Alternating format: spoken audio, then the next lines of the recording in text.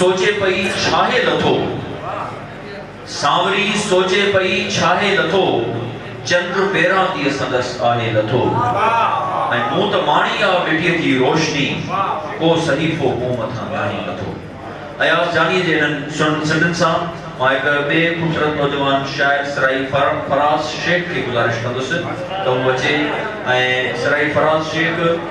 असांजो ही नौजवान एक्टिविस्ट आहे ऐं सहाफ़ी बि आहे पर शायरी मां बि हुनजी पहिरियों दफ़ो थो ॿुधां यकीनन बस ना ये तव्हां कयो स्टेज ते वेठल सभिनी साथियुनि ऐं हेठि वेठल मेरे दोस्तनि खे हैप्पी न्यू ईयर ईअं त हिकु पासे भाउ रिज़वान गुल अयाज़ जे शहरनि जी बसात कई आहे ऐं ॿिए पासे जेके शाइर दोस्त वेठा आहिनि उन्हनि वरी आशिक़ीन ऐं ॿियो शराबनि खे वठो वठा कई आहे। अहिड़े ई सिलसिले खे जारी रखनि पहिरियां चौसठो हिकिड़ो अयाज़ जो एतिरियूं आशिक़ियूं कयूं आहिनि ज़हन तां कुझु लही वियूं आहिनि एतिरियूं आशिक़ियूं कयूं आहिनि ज़हन तां कुझु लही वियूं आहिनि तूं जॾहिं वाट ते मिली आहीं मींहं जूं बूंदड़ियूं पयूं आहिनि। ऐं ॿिए प्यारे दोस्त महमूद अयाज़ जी शाइरी आहे नशो ज़िंदगीअ जो हिसो थी वियो आहे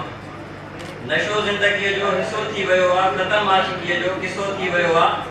अजायो सजायो असां बि ॾिनी दिलि अजायो सजायो असां बि ॾिनी दिलि असां खां वॾो को रजो थी वियो आहे अखियुनि खां वठूं था अखियुनि सां पीऊं था अवां जूं अखियूं मेकदो थी वियो आहे जॾहिं आ पोतो महमूद मेकदे में जॾहिं आ पोतो महमूद मेकदे में पीअण खां अॻे ई नशो थी वियो आहे ख़तम आशिक़ीअ जो किसो थी वियो आहे नशो ज़िंदगीअ जो हिसो थी वियो आहे नशो ज़िंदगीअ